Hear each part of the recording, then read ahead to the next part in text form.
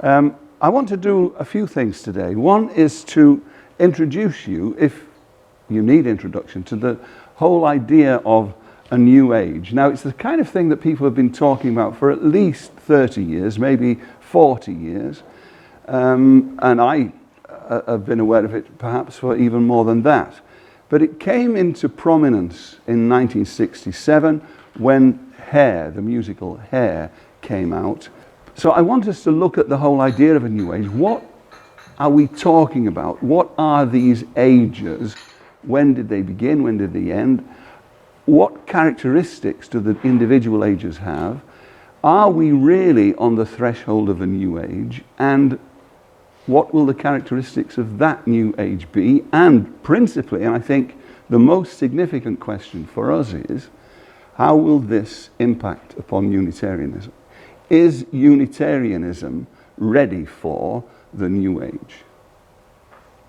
In the course of this talk, I think I will introduce you to a few biblical ideas that maybe you've never heard of before, and maybe give you an insight into what I feel the Bible is really about.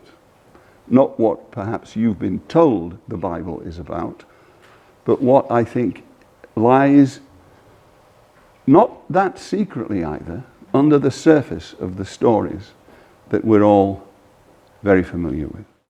And I believe that people have been talking about new ages for thousands of years, and that Christianity started, if you like, as a new age religion 2,000 years ago. This is what I hope to explain as we go on, because it's based upon an astronomical phenomenon called the precession of the equinoxes. Now, you don't have to worry yourself too much about the technicalities of this. What it really means is that on the first day of spring each year, when the sun crosses the equator, this is the equinox time, 21st of March, thereabouts. What people noticed over thousands of years, and remember, human beings have been around for thousands of years, and there have been intelligent human beings around for thousands of years, and these intelligent human beings noticed things that we never noticed, for a start, because we never look at the sky. And if we did look at it, we wouldn't see anything, because there's lights everywhere. So we never, ever really look at the sky. But our ancestors looked at nothing else. I mean, they didn't have Coronation Street.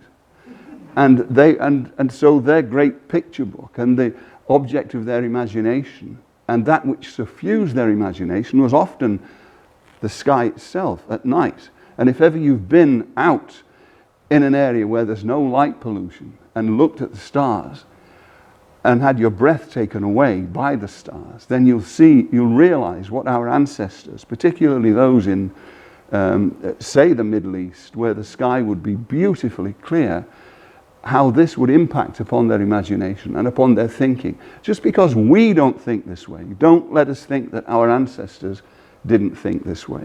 And they noticed that on the first day of spring, that the sun's position gradually moved backwards against the pattern of the stars. So that in 2,150 years, it had moved from one constellation into another constellation. And so it's a total of 26,500 years that the equinoctial point moves all the way through all the 12 constellations of the sky. That's called the precession of the equinoxes. Now, it's called precession because it's backwards. It doesn't move in the way the sun moves in its yearly cycle around the zodiac. That is Aries, Taurus, Gemini, Cancer, and so on. It moves backwards. So it moves like Taurus, Aries, Pisces, Aquarius. It moves back. These are very, very, very gradual movements, and there are many people now who would say we are, to all intents and purposes, in the age of Aquarius now. But there is this kind of gradual, maybe over 2 or 3 centuries, movement from one age into another. But you can see how the age of Pisces begins with what we might now call the Christian era, or AD. Oh, by the way, here's the Sphinx. Now, How is the Sphinx constructed? What is the image of the Sphinx? You can see it has the head of a man and the rear portion of a lion. Now, the man is Aquarius, the lion is Leo. Now, when people try to date the Sphinx, some people say the Sphinx is maybe 3,000 years old, but other people say the Sphinx is about 10,000 years old, that it has water erosion on it, and there's not been any water in the desert where the Sphinx is for thousands of years. So it must be older, so they say, than 3,000 years, which puts it in the age of Leo, which would be absolutely appropriate. That here is the Sphinx with a lion body and the head of a man. Leo and Aquarius are opposite signs, and that the Sphinx therefore could be dated to the age of Leo, which is 10,000 years ago. Now, I don't want to, I've got no guarantee for the truth of that, but there are people who hold that that is the case. But the age of Taurus, which is the age, if you like, 4,000 years before Christ, the age of Taurus. And this is when we find Hinduism beginning, and we find the cow becoming considered sacred. And that Hinduism, the cow is a symbol of wealth, strength, abundance, selfless giving, and a full earthly life. The beginning of the bull cult in Crete, and Mithraism begins around this time. Mithraism, which of course is the Roman cult of the bull. But of course, do you know anything about Mithraism, anybody? Yeah, they cut the bull's throat, and then whoever was being initiated into the cult had the blood of the bull all come onto them. And, you know, it's all pretty bloodthirsty. But the point I'm making here is that at this time, bull imagery was really very strong and very important. Here is the sacrifice of the bull, if you like, the killing of the bull, which to some extent implies the end of the bull era. So this, now we're talking around about 2,000 years before Christ. The bull is significant, but then we have another kind of image coming in, and we have Abraham and the ram. Now, you know the story? Abraham looked up and saw there in the thicket, he saw a ram caught by its horns. He went over and took the ram and sacrificed it as a burnt offering instead of his son. This is Caravaggio's version of it. And so we find now the beginning of Judaism. Everybody says Judaism began with Abraham. Abraham is the father of the Jewish religion, and the father of Islam, and the father of Christianity. But the imagery now is the image of the ram, not the bull. And then, because what's happened? We have the Passover. Now, what is the Passover? What do you remember about the Passover from your Sunday school days? What I hope you remember is a kind of absurd story taken on a literal level. Well, the death of the firstborn for the Jewish. There's a marking of the Jewish people mark the doors with, I think it is with the blood of a lamb, isn't it? The blood of a lamb, yeah. Or a ram. So the Spirit of the Lord passes over them, and they did not suffer in that way. That's right. Now, when you first heard this story when you were about 7, did you not think that whole thing really rather unfair on everybody, and particularly on the Egyptians? I always did. But of course, the Bible stories are not history. There's absolutely no history there at all. I mean, I would think, I shudder to say this publicly, but I don't think there's any history in the Bible whatsoever. I don't think any of it is history. But, I mean, I believe in the Bible. I love the Bible. When I was in Transylvania recently, one of the professors in the seminary, he said to me, "It is so good to see an English Unitarian who loves the Bible and who smokes cigarettes." I mean, the Bible to me is my spiritual food. I don't have to believe it's historical reality. I also believe the people who wrote it were sublime geniuses. We are the dodos who have been trying to make it into history. Any child, when you were 7 and 8 and the story was read to you, you knew this wasn't history. And you knew that if there were a God, God wouldn't behave in this kind of way. You knew it. What does the word Passover mean? What's passing over here? What is passing over? Is it not the Passover we were talking about 2 or 3 slides back? The Passover of the sun from one constellation into another, written in codified form. So we have the end of the bull and the beginning of the ram. These are the images. Egypt represents the bull. Judaism represents the ram. And what does the name Abraham mean? And what does the name Hebrew mean? Now, you think I'm making this up, really. It's from a man called Dr. Eli Ziorking, Jewish Studies for Christians. And he asked the question, what does the name Abraham mean? What does the name Hebrew mean? Hebrews, we tend to think of it as a nation of people, as a race. The very first, this is what he says here, the very first Hebrew was Abraham, the father of all monotheistic believers. But what does Hebrew, and remember, Hebrew and Abraham have got the same consonants in it. Hebrew only consists of consonants. There are no vowels in Hebrew, just the consonants. Aleph, Bet, Resh. What does it actually mean?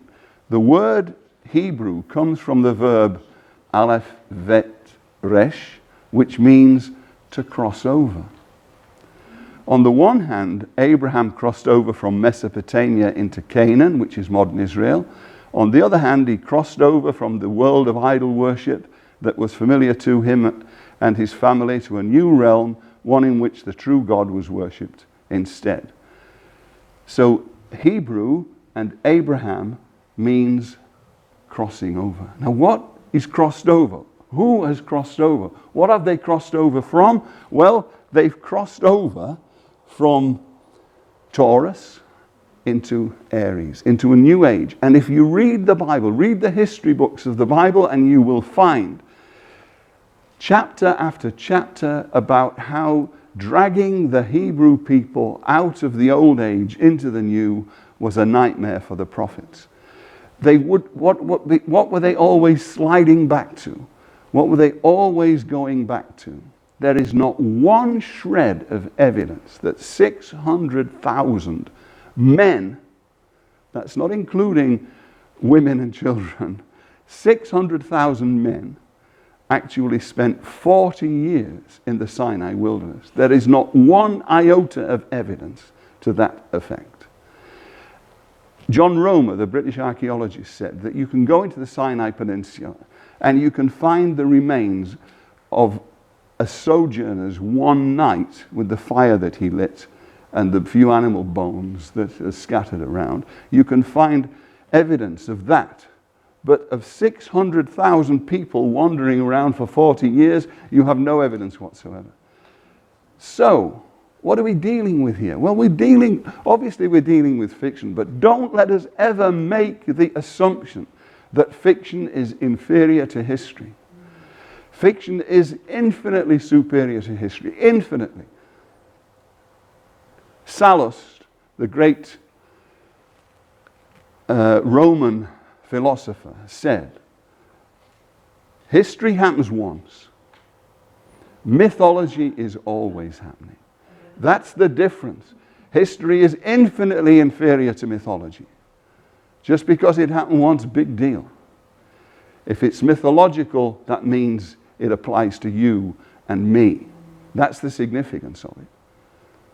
Let's get us away from the historical mindset that has dominated us for so long. What did the Jews do? What did the Hebrews do when they were there in the wilderness, according to the story? Moses went up the mountain to get the 10 Commandments. He was gone quite a while. He came down again. What had they done? Backslid. They backslid, exactly. What had they done? they had built a golden calf. Because the golden calf was the image of the last age. The one that Moses, by the way, what does the name Moses mean? One who has been drawn out. All these names are significant. Get the history out your head and start to think in terms of mythology, poetry, fiction, and then we have a chance with these stories. So they had gone back. They'd moved. Why? Because when they were in Egypt, where they were slaves, but their bellies were full. Take us back to Egypt, they said. We don't want to be free. We don't want to be free. We want to eat. We want to eat because Egypt was full of all the things they loved. The wilderness had nothing. These are wonderful images. Wonderful images for us too. I mean, this is not stuff that's finished with. We find ourselves in the wilderness constantly wanting to go back, don't we? Don't you? I do. I'm a Catholic by birth. I love the idea of Mother Church. I want to go back. Every week of my life, I want to go back. It's so much easier for the priest to tell me what to think, for all these wonderful sacraments, for all this beautiful stuff. It is wonderful. And I crave it. Unitarianism is terrible. Unitarianism is a terrible, terrible wilderness. Isn't it? I mean, there's all kinds of terrible things going on within it. And yet, that's where we need to be. Because the wilderness is where we're called to be. We're not called to comfort. And how are we fed? We're fed with manna, God's food. These, I am so overwhelmed by the beauty of these stories. What is significant about manna? Do you remember anything about it? Have you not heard have your ministers not been teaching you about manna? Or is it going to be homosexual marriage for the rest of our lives? Is that all we're going to get? I'm all in favor of it, by the way. I'm not criticizing it. I'm just fed up of it. Get on with it. This is not what we're about. What was the significance of the manna? It doesn't last. You can't collect it and keep it. You can't collect it and keep it. It lasted. It's free and available. Yeah. It's a gift. Yeah. But you can't hold on to it. It's there for the day. You collect it up no matter how much you collect.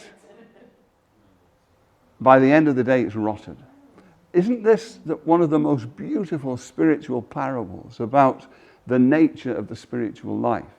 That there is no bank of spirituality, that you cannot say to yourself, well, for 20 years I've been doing this and I've done it, and now I'm not going to do it. I'm not going to help the poor now because I've done it for a long time, and so I've done my bit. I've done my bit, thank you very much. How tempted are we to that? And yet the story of the manna, there is no spiritual capital bank. There is no Halifax bank where you can put your spiritual capital in and then draw it out as you require it. It lasts for a time and then it goes. That is one of the beautiful stories that our ancestors have passed on to us, and we've spent our time trying to make it into history and then rejecting it. This is the great tragedy, and I think one of the great tragedies of Unitarianism, that we haven't tackled these stories in a more imaginative way. Backsliding is the big temptation, always. Now, I put a few things here. The characteristics of Aries religion. The characteristics of Taurus religion were all those wonderful things. Taurus is an earth sign, and it represents the body. And so, and Taurus religion is what you might call today paganism. And there's been a movement within Unitarianism now to resurrect paganism, and I'm not opposed to that in any way. It's just that it is a more sensual religion, and it's about sexuality and about sensuality and those kind of things. Now, of course, the movement has come away from that into Aries religion. And the Aries religion, Aries is a fire sign. And you can see here, how did they bring people into Aries religion? The religion of blood. They circumcised them. They took off part of their penis and they drew blood. In fact, if you want to become a Jew now, they still have got to do that to you. Even if you've been circumcised, they still have got to draw blood. Blood seems to be highly significant. God was the God of hosts. Now, hosts are armies in Hebrew. God of armies. It's all about battling and fighting. Read the Old Testament. My goodness me, if you're not fed up with battles at the end of that, you're a different person to me. The symbol is the ram. This is Aries, and the opposite to Aries is Libra. And Libra is justice and the law. And there are 613 precepts in the Hebrew law. The first 5 books of the Bible, Genesis, Exodus, Leviticus, Numbers, Deuteronomy, constitute Torah, law. So here we have Libra and Aries represented. Aries, the fire sign, the bloodthirsty, warlike sign. And then these aspects of family and tradition, which are all part and parcel of it. But each age lasts for 2,000 years or so. The age of Aries has to come to an end. And what takes its place? It's moving around backwards from Aries. Have we got a new Passover now? What does Jesus say? A new covenant. I have a new covenant. And here is the, this is frightful. This particular Leonardo painting, it's in some kind of nondescript room somewhere, and some army were billeted there, and they built a kind of wall here in the front just to hide everything off, completely to block off Jesus' feet and the ultimate sacrilege, this. But here we have the 12 apostles. And I went to a lecture in 1986, before you lot were born, in which this person showed how each of the 12 apostles, if you look at them, represents a sign of the zodiac. See, Leonardo was an initiate into Gnostic religion, and so he knew perfectly well what he was doing. You see, start here. This is Gemini. I love this because I'm a Gemini. He's facing that way and pointing that way. And each one of them, I can't go into them all now, but each one of them in a gesture or a look represents a sign of the zodiac. And Jesus in the center, Jesus is the sun in the middle, and these are the 12 signs. Why are there 12 tribes of Israel and 12 apostles of Jesus and so on? These are not accidental. So we have a new Passover. And what is it moving into now? It's coming out of the ram, and it's coming into Pisces and into fish. Read the Gospels. There are 28 references to fish in the Gospels. 28. Highly significant. I don't think you'd find, and the New Testament is only a quarter the size of the Old Testament. You won't find 28 references to fish in the Old Testament. What does the name Jesus, or who is Jesus? What does his name mean? We've Greekified Jesus. The name Jesus is Joshua. Did you see the Mel Gibson film, The Passion of the Christ? Dreadful, dreadful film. But in The Passion of the Christ, they speak in Aramaic and in Latin. When they refer to Jesus in Aramaic, they call him Yehoshua. That is the Greek name. Sorry, that's the Hebrew name. Now, who was Joshua? Absolutely right. Moses didn't take the people into the promised land. Joshua took the people into the promised land. And Joshua, the name Jesus, is the Greek version of the name Joshua. And who was Joshua's father? in the Old Testament. See, we don't know these stories anymore. This is shameful. Your ministers need reprimanding. Who was Joshua's father? The Bible calls him Joshua, son of Nun. Yes. And what does Nun mean in Hebrew? It means fish. So Joshua, the son of the fish, Jesus is, people say, did Jesus exist? Oh God, did Jesus exist? It's like saying, did John Smith exist? Was there a John Smith living in Yorkshire in 1958? Jesus is a name that everybody was called. You even, in Latin countries, people are called Jesus to this day.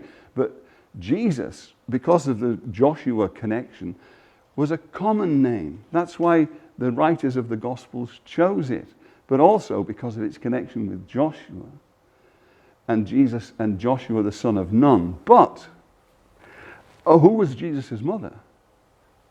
The Virgin Mary. Okay, now virginity comes from Virgo, which is the opposite of Pisces. Here's Jesus and the fish. You've seen this symbol, haven't you? You've seen this on the back of cars. As we were driving down yesterday, there was a car in front of us which got a big fish on the back. Now, when you see the big fish on the back, what do you immediately assume? Evangelical Christian. If only they knew that what we have here is an ancient astrological category, that this is Jesus the fish. Now, if you were inventing a religion and you wanted a symbol for your hero in that religion, I tell you what we'll do. We'll have a fish, shall we? We'll make him into a fish. What would you pick if you were simply picking as a 21st century Westerner? You'd pick a lion or a tiger or something really big and powerful and important, wouldn't you? What you wouldn't pick is a fish. And this is an early piece of graffiti from one of the catacombs, where these are the Greek letters that make up the word fish, ichthus in Greek, and they use this as an acrostic. Jesus is the Greek form of Joshua. Biblical Joshua is the son of Nun, and Nun means fish in Hebrew. And here we have the whole thing spelt out. This is using the Latin letters. Iesus Christos Theou Huios Soter. That's the Greek. And it means Jesus Christ, God's Son, Savior. That was the earliest Christian icon. It was not the cross. The cross is later. The first symbol of Christianity was the fish, because the first Christians realized there's been this movement into a new era. And so we have Piscean religion now, and we're still in Piscean religion, where there's been a change. Now God, in the literature, God changes significantly in the Christian version to the Jewish version. But we also have Pisces, and here we have Virgo, the opposite to Pisces.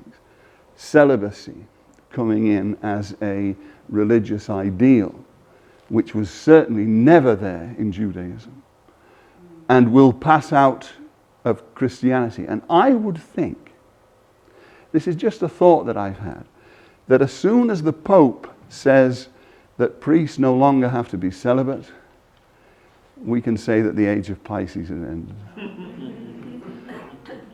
At the moment, it is still there as part of the Christian, and the Roman Catholic Church, of course, is the primary representation of Christianity. They weren't celibate in the first 1,000 years.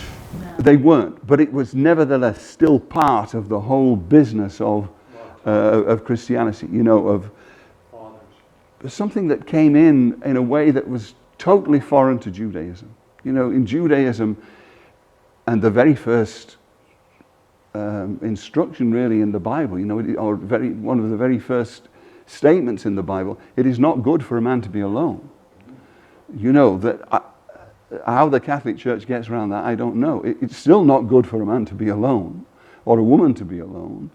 And yet, because of the change in the age, we started to have a new kind of ideal, the celibate one, which seems very strange. And renunciation or self-sacrifice. If you're a Piscean, you know that these are very important issues in one's own life. And of course, you were initiated into Judaism with a knife, the fire religion of Judaism. You're initiated into Christianity with water.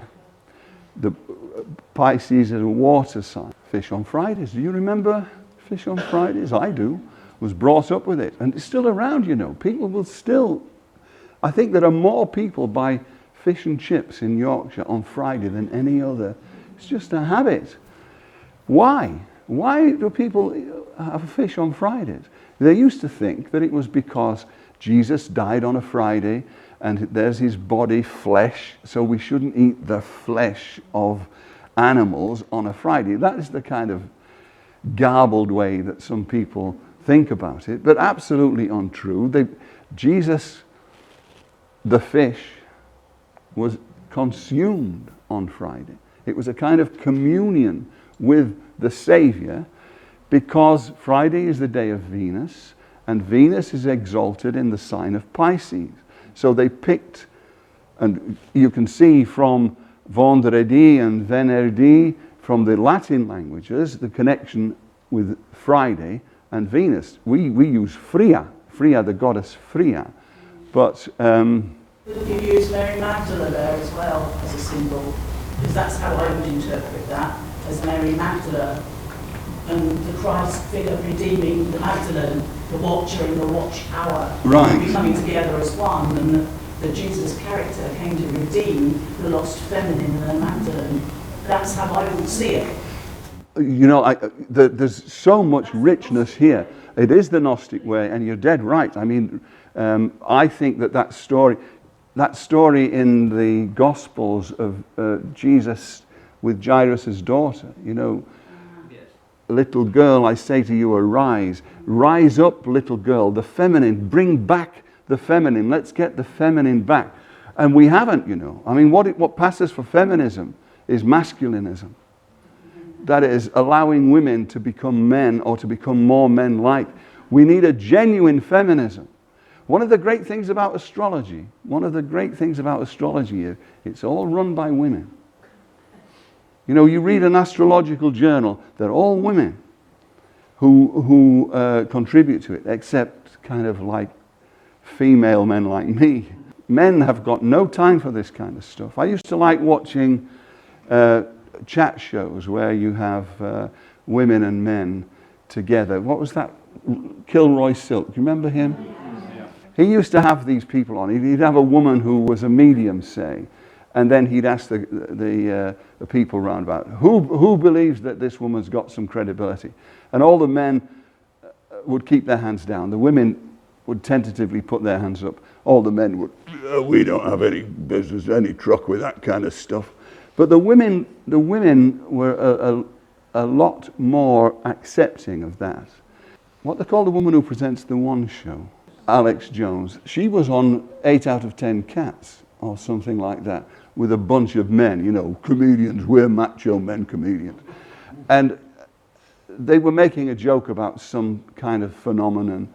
And she said, hang on a minute, this has happened to me. I've had that kind of experience, you know, like a kind of mystical experience. And I thought, good on you, Alex, standing up to these male bullies who were telling you as a woman what to think. I am all for feminism. I want to bring back the feminine. I am not that bothered about allowing women into the male sphere. We need men to become more like women. Then we can really make a difference, I think. Now look at the bishop in the Christian church. He's got here the crozier, which is the staff, which represents Aries, because that is the shepherd's staff. And look what he's got on his head. The mitre, the bishop's mitre, what does it look like? It's a fish's head. All these images are there. Whether they were deliberately adopted or whether they just simply kind of came in, I don't know, but they're certainly around. right at the end of Matthew's Gospel, here is the King James Version, and you can see here, Jesus says, then the 11 disciples, remember Judas is dead, went away into Galilee, into a mountain where Jesus had appointed them, and when they saw him, they worshipped him, but some doubted, and Jesus came and spake unto them, saying, all power is given unto me in heaven and in earth. Go ye therefore and teach all nations, baptizing them in the name of the Father and of the Son and of the Holy Ghost, teaching them to observe all things whatsoever I have commanded you. And lo, I am with you always, even unto the end of the world. Now, that's what I was taught when I was a kid. Jesus will be with us until the end of the world. But that's not what the Bible says. That's just the way it's been interpreted by the translators of the King James Version, which is the one we've all inherited. The Greek says here, right at the end here, Passas tes hemeras eos tes sunlitelas tu ionos. And this word ionos, from which we get the word ion or aeon, means age. Jesus says, I am with you until the end of the age. What is being suggested here?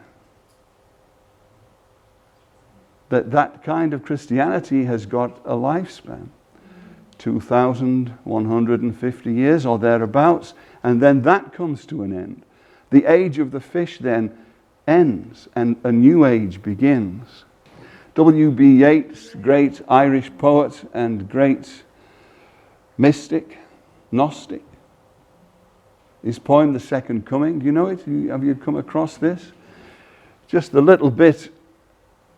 He's talking about what happens when one age ends and a new age begins, and he says that things fall apart. The center cannot hold. Mere anarchy is loosed upon the world. The blood-dimmed tide is loosed, and everywhere the ceremony of innocence is drowned. The best lack all conviction, while the worst are full of passionate intensity. That we have this new age, we're on the verge of it. The old is dying, the new is trying to be born, and chaos ensues. This was Yeats's idea, writing before the Second World War and predicting, in a sense, the whole dreadful chaos of our times. The man carrying the jar of water. You see, these images are there in the Bible. This is in the Gospel of Mark. Here's the man carrying a jar of water. The man carrying a jar of water, of course, is Aquarius. And the whole of that one, some other time we'll talk about the significance of that bit of the Gospel of Mark, but it's just that now we're looking at a new age, and it's the age of Aquarius. Now, what is the man carrying a jar of water? Think about that image. Think about that image. I think this is one of the most beautiful and profound images. And I think it's, when I look around me and I watch the news and I listen to people talking, I realize the potency of this image. If we are moving into a new age, it's happening now. You know, all the stuff about gay marriage, all the stuff about men and women and their respective roles is all contained in that image of the man carrying a jar of water. It's like saying, the woman emptying the dustbin. The potency of this image is of the man doing a woman's job. Therefore, the crossover of the genders, which is being illustrated here and which is happening as we speak. I mean, there's never been a time in which male and female identity has been as confused as it is now. And I'm all for that. But you know, the man carrying a jar of water and the image that lies at the back of it, or is shouted out by it, is so profound. And the symbol of Aquarius is the man. Now, I put question mark here. What kind of initiation would we have? We had, with the age of Aries, we had the knife and the blood. In the age of Pisces, we had baptism and the water. What kind of initiation will we have now? What kind of characteristics will be the religion of the future? These are the questions I want to ask here. This is something by a man called Gerald Massey, which perhaps he was writing here. Notice he died in 1907. But he's talking about the kind of religion that he would like to see in the future. And I think he has, to some extent, anticipated the kind of religion we're trying to create now. Perhaps we can read it later on. But you see, what I've been trying to do here for the last hour is simply talk about how there's been this movement over the centuries, which has been catalogued in the scriptures, in powerful images. And that's what they are, really, powerful images, which are suggestive of a kind of movement in human consciousness towards different religious styles. Go back to the Bible, reread them, stop thinking about them, stop pretending, let's stop pretending they're history. They're fiction, they're mythology, they're beautiful, they're deep, they're written by geniuses, and they've got a lot to teach us once we get away from the historical mindset that has so dominated our thinking for so long.